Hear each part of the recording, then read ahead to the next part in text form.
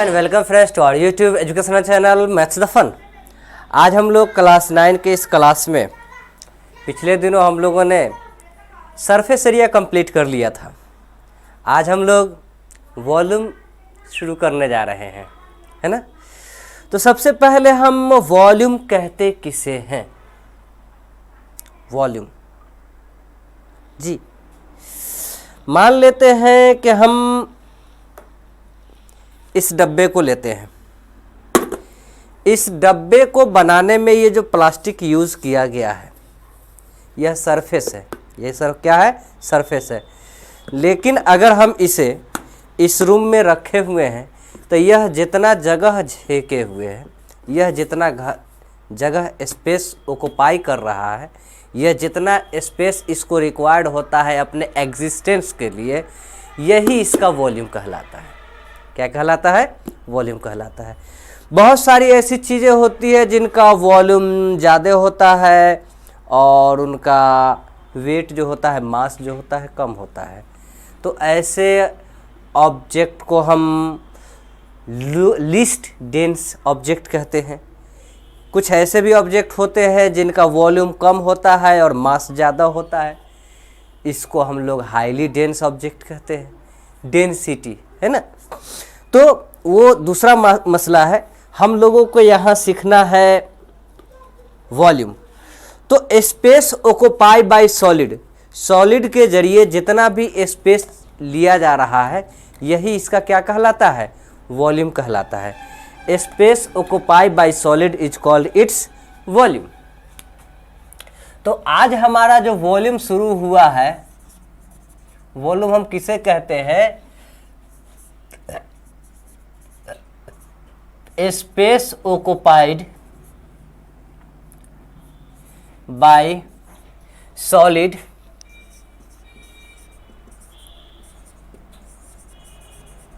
Is called its volume. किसी भी solid का स्पेस ऑक्युपाई जो होता है वही उसका क्या कहलाता है? वॉल्यूम कहलाता है। अब हम वॉल्यूम को कुछ और अच्छी तरह से समझ सकते हैं। जैसे कि आपने यह पेपर शीट देखा होगा, है ना। यह एक पेपर शीट है।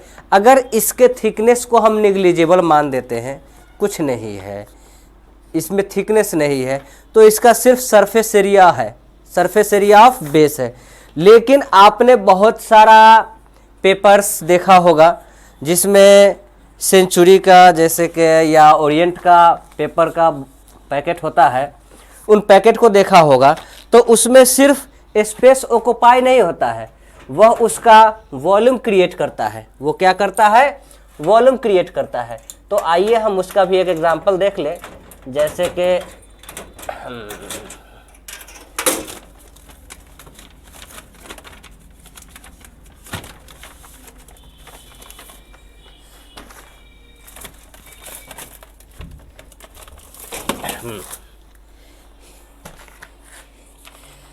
यह सिर्फ एक शीट था, है ना, और यहाँ पे एक 500 शीट का एक पूरा पैकेट दिया गया हुआ है।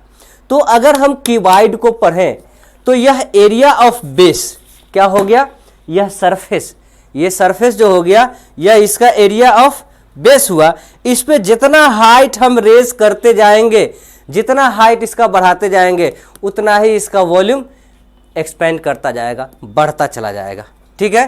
तो हम वॉल्यूम ऑफ क्यूबाइड को समझ सकते हैं एरिया ऑफ बेस। ये किसी भी राइट फिगर के लिए, चाहे राइट सर्कुलर हो या राइट क्यूबाइड हो, मतलब ट्रेपेजियम हो, है ना, सॉरी क्या बोलते हैं उसे, कहाँ गया मार्कर, कहाँ है जी? हाँ, चलिए, चाहे हमारा राइट सर्कुलर हो, है ना, या हमारा राइट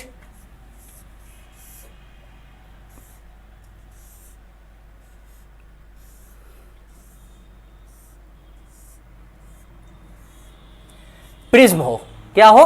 प्रिज्म हो।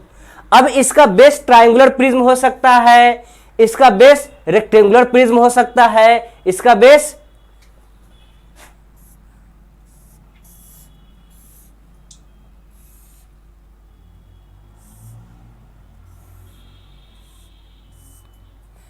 इसका भी हम वॉल्यूम निकाल सकते हैं। तो base area of triangle into height कर देंगे, area of circle into height करेंगे, यहां पे area of square into height करेंगे। इसी तरह से यह रेक्टेंगुलर भी हो सकता है ना, कि वाइड हो जाएगा।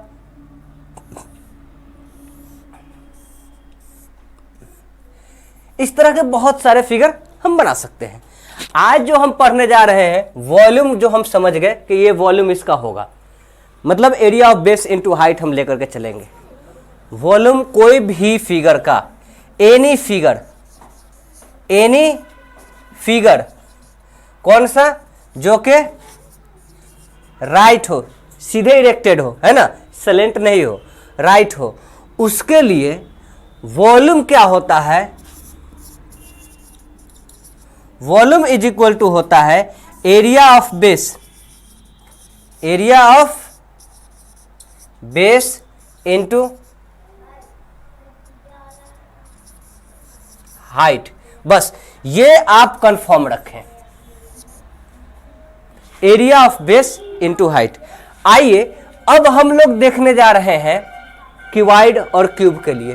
तो सबसे पहले नंबर पे बारी जो आती है, यह बारी आती है क्यूबॉइड की। क्यूबॉइड एक ऐसा फिगर है, सॉलिड फिगर है, ऐसा सॉलिड ज्योमेट्रिकल फिगर है जो कि 3 पेयर ऑफ, 3 जोड़े अपोजिट आइडेंटिकल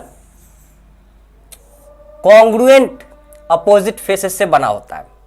टोटल 6 फेस होते हैं, नीचे का और ऊपर का दोनों आइडेंटिकल हो जाता है, कॉन्ग्रुएंट हो जाता है, लेफ्ट और राइट, फ्रंट और बैक, है ना। तो ये तो हम लोग पढ़ चुके थे। आज हम इसके वॉल्यूम की बात कर रहे हैं। तो वॉल्यूम के लिए इसका क्या होगा, area of base into height. Volume of cuboid is equal to area of base into height. Area of base में हमने आपको बताया था कि यह इसका बेस जो है यह क्या हो जाएगा, लेंथ और ब्रेथ हो जाएगा। क्या हो जाएगा, लेंथ और ब्रेथ हो जाएगा। L into B into H, यही आपका LBH CU unit, cubic CU unit.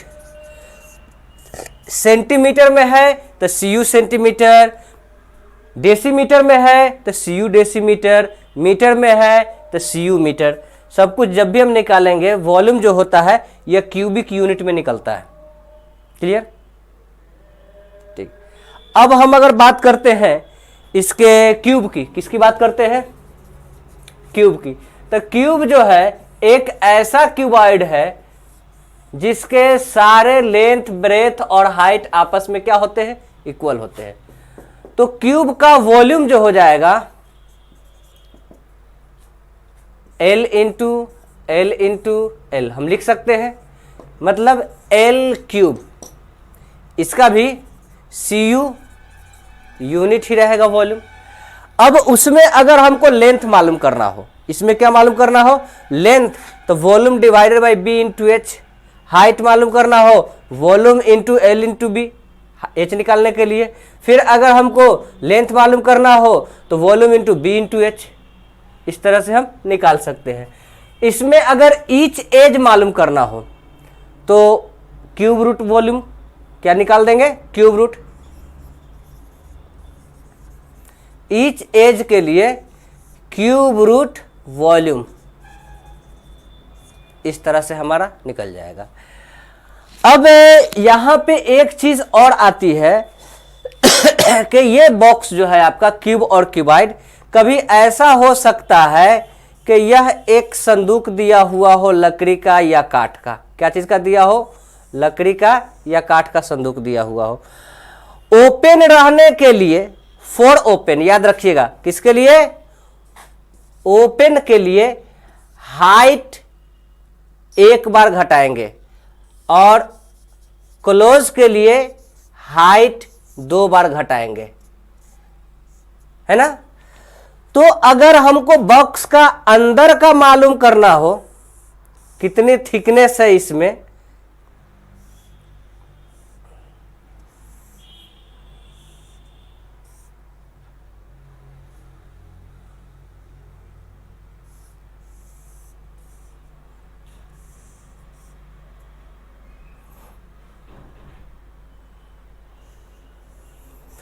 जी, तो इसमें capital L-2 into thickness, small L मालूम करने के लिए, है ना, स्मॉल बी मालूम करने के लिए, मतलब L इज इक्वल टू, अब अगर B is equal to capital B-2 into thickness, अगर यहां पे ओपन रहेगा तो यहां पे 1 इंटू थिकनेस करेंगे, है ना, अगर क्लोज रहेगा तो 2 इंटू थिकनेस करेंगे। हाइट के लिए अगर ओपन है, हाइट ओपन के लिए h minus thickness, height close के लिए C के लिए हाइट -2 इंटू थिकनेस करके हम पहले निकाल लेंगे। उसके बाद इसमें यूज्ड, इसका वेट निकालना हो, चाहे यूज्ड वुड निकालना हो, क्या निकालना हो, वुड निकालना हो, या हम कह ले कि हमको आयरन निकालना हो, सीट नहीं, आयरन, यूज्ड आयरन, वेट निकालने के लिए बेसिकली इसको इस्तेमाल किया जाता है। क्लियर? तो ऐसे कंडीशन में जब हमको वुड निकालना हो, आयरन निकालना हो, तो वहां पे हम क्या करेंगे, outer volume minus inner volume, outer volume minus inner volume, मतलब L into B into H minus L into B into H. Clear? यह एक चीज निकला। अब ठीक इसी तरह जैसे कि कोई दीवार बनी हुई है, दीवार में नंबर ऑफ ब्रिक्स मालूम कर रहा हूं, तो उसका सिंगल फॉर्मूला होता है x, अगर ब्रिक्स की तादाद को मान लेते हैं तो x into volume of brick is equal to volume of wall करके आप निकाल सकते हैं, या आप यहां पे फॉर्मूला यूज कर सकते हैं, number of brick is equal to volume of wall by volume of each brick. ये दो चीज इस पे स्पेसिफिकली यूज किया जाता था, क्या किया जा सकता है। इस तरह के क्वेश्चन आपको पूछे जा सकते हैं। ठीक है, तो वीडियो को लाइक कीजिए, लाइक करके शेयर कीजिए, ज़्यादा से ज़्यादा लोग फ़ायदा उठा सके, है ना। Thank you very much. Corona चल रहा है, अपना भी ख्याल रखें, दूसरे का भी ख्याल रखें, है ना। दोस्तों से थोड़ा सा दूरी बना के रखें, टेलीफोनिक वे में बातचीत करें, और नोट्स का या जिस तरह का भी लेन देन हो, बेटर है कि आप ऑनलाइन ही लेन देन करें। ठीक है, हाँ, मास्क पहन के रखें। अभी तो मैं क्लास ले रहा हूँ, बाहर निकले तो मास्क पहन के रखें। ठीक है, थैंक यू वेरी मच।